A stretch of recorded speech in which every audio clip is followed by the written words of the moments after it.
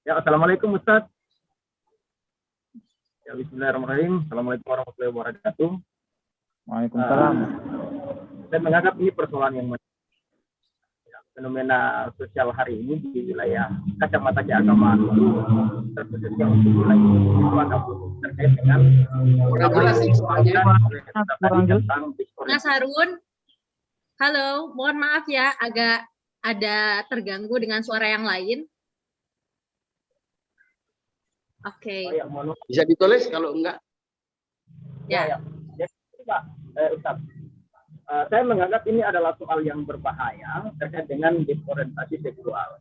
Nah, bahayanya kenapa? Bahaya ketika ini akan merambat pada satu ijtihad sosial, dalam artian pengakuan terhadap legalitas yang dijadikan bahan dasar profesional. Profesionalitas yang saya maksud artinya disorientasi ini dijadikan sebagai alat bantu demi jaminan hidup. Nah, kemudian bagaimana persoalan ini disikapi oleh watak akal sehatnya agama? Karena persoalnya stigma buruk terhadap disorientasi seksual ini dianggap sebagai salah satu kemupakatan yang dilakoni oleh kelompok-kelompok tertentu, dan ini yang bahayanya dilakukan oleh orang-orang yang beragama. Nah, bagaimana cara pandang Islam untuk menghapus ini dalam stigma sosial yang kemudian bisa direkayasai juga oleh kelompok-kelompok tertentu sebagai saham atas alasan disorientasi sosial yang sifatnya profesi dengan alasan kehidupan hidup. Nah, supaya jangan kita terfokus memahami soal agama dalam problem. Mas Harun, mohon maaf, tadi sedikit terpotong dan gimana sebaiknya nanti pertanyaan dipersingkat lalu ditulis, nanti akan saya bacakan di kolom chat room ya. Soalnya terganggu dengan suaranya. Mohon maaf ya Mas Harun ya, silakan ditulis dulu. Saya sedikit menangkap apa yang dia sampaikan itu justru yang sedang kita bicarakan. Artinya, jadi persoalan disorientasi seksual itu ada yang karena kelahiran, ada yang karena pergaulan, ada yang karena trauma. Nah, yang karena trauma dan karena pergaulan itu harus direhabilitasi, harus dirapikan, harus disehatkan.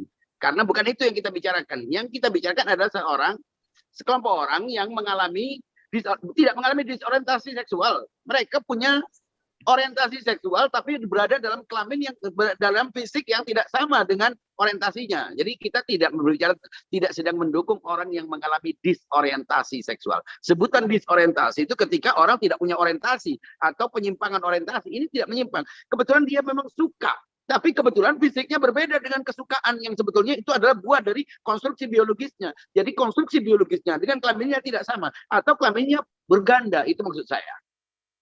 Jadi kita tidak sedang berbicara tentang disorientasi seksual. Kita menentang homoseksualitas. Kita menentang biseksualitas. Karena sejak awal kita katakan itu tidak logis. Karena posisi laki dan perempuan secara fisikal adalah pemberi dan penerima. Terserah mau jadi pemberi atau penerima. Pokoknya tidak ada yang ketiga. Karena itu kita berusaha untuk memberikan agama. Agama yang sudah tegas mengatakan begitu, sesuai dengan logika pemberi dan penerima ini. Sehingga dengan itu, siapapun yang mengalami persoalan disorientasi, anggaplah disorientasi tanda petik, itu dicek, dipelajari, diobservasi, untuk dipastikan mana yang benar-benar secara kodrati, secara determinan, secara biologis, memang berada dalam fisik yang tidak sama. Hanya itu sebetulnya. Simple.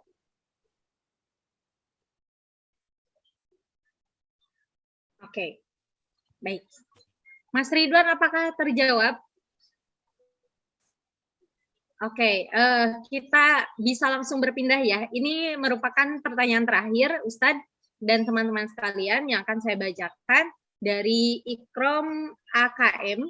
Salam Ustadz, mau bertanya, bagaimana jurisprudensi agama atau fikih diterapkan pada transseksual atau ya transgender?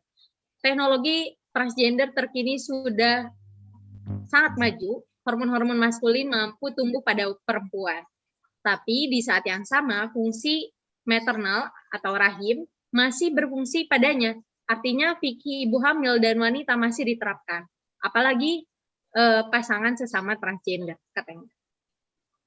Tapi Saya di kira sini masalah fikih, usul fikih itu adalah masalah istihad. Istihad masalah persepsi yang dipengaruhi oleh masing-masing pemikiran. Jadi ada banyak pola istihad, ada banyak madrasah istihad, ada banyak mazhab dalam beristihad. Saya tidak sedang berbicara tentang pandangan mazhab ini, mazhab itu, atau ulama ini, ulama itu. Justru ketika kita harus sibuk dengan pandangan ulama itu, kita terkurung dalam pandangan orang. Nah, kita sekarang ingin melihat agama ini secara logis, tanpa melihat mazhab, orientasi, atau kelompok tertentu dari pandangan-pandangan yang berbeda-beda.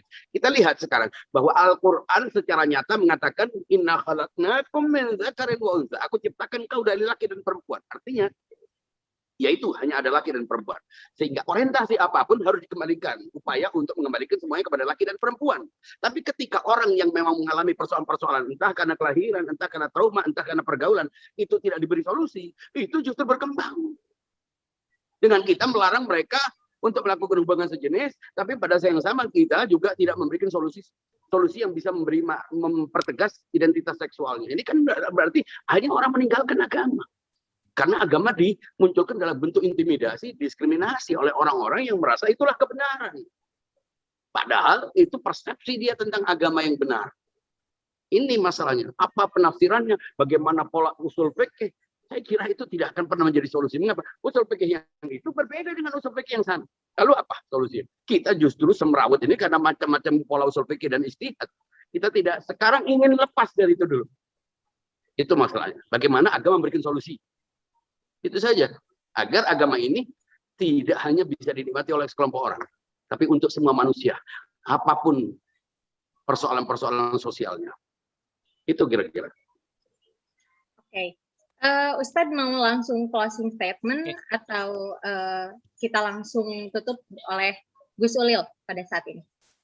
Ya, saya bisa memberikan sebuah pandangan bahwa ini persoalan wacana. Ini bukan sesuatu yang perlu kita sampaikan secara luas. Oh, selama ini adalah sebuah wacana, orang berpikir tujuannya bagaimana agama menjadi solusi dan masyarakat itu tidak justru sibuk dengan mendiskriminasi, dengan menjudge, dengan melakukan persekusi, tapi tidak memberikan solusi. Itu aja agar kita lebih adil dalam bersikap. Dan ini tidak hanya berlaku bagi mereka yang dianggap mengalami disorientasi seksual atau waria atau apapun. Kita tidak pernah saya ini konservatif termasuk menolak adanya homoseksualitas. Tapi bukan berarti menolak adanya orang yang mengalami persoalan seksual. Homoseksualitas berbeda dengan menolak homoseksualitas. Itu bukan berarti kita harus menolak orang yang homoseks. Beda. Mendiskriminasi. Kita menolak bahwa itu tidak ada hubungan sejenis. Tapi adanya orang yang melakukan hubungan sejenis, kita tidak bisa mendiskriminasi mereka tanpa kita memberikan solusi. Maka itu jangan heran di beberapa negara, justru orang yang punya persoalan secara medis terbukti memang dia berada dalam kromosom ganda atau apapun namanya, dan terbukti secara medis mereka itu orang yang punya masalah, justru dibantu. Negara memberikan solusi untuk mereka mempertegas kelaminnya. Baru kemudian orang yang sudah begini masih melakukan hubungan sejenis dapat sanksi. Ya, begitu. Nah, persoalan ini tentu terkait dengan posisi laki dan perempuan yang belum kita bahas. Mungkin suatu saat kita akan bahas agama dan laki dan perempuan. Bagaimana posisi laki dan perempuan dalam agama. Agama dalam konstruksi logika tentunya. Itu saja.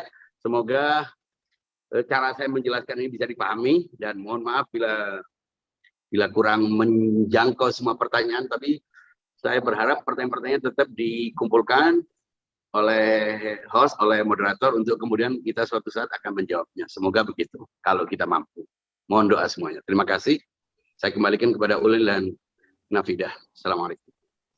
Waalaikumsalam. Iya, terima kasih Ustaz. Kiranya kita sudah sampai di penghujung acara Ustaz. Dan bakal kita akhiri. Tapi sebelumnya jangan lupa teman-teman buat malam besok kita masih ada acara yang sama, tetap di jam yang sama. Nah, tapi dengan host yang berbeda mungkin. Nah, oke teman-teman, baik. Jika ada kekurangan dan ada pertanyaan yang tidak sempat kami sampaikan oleh host, itu kami mohon maaf.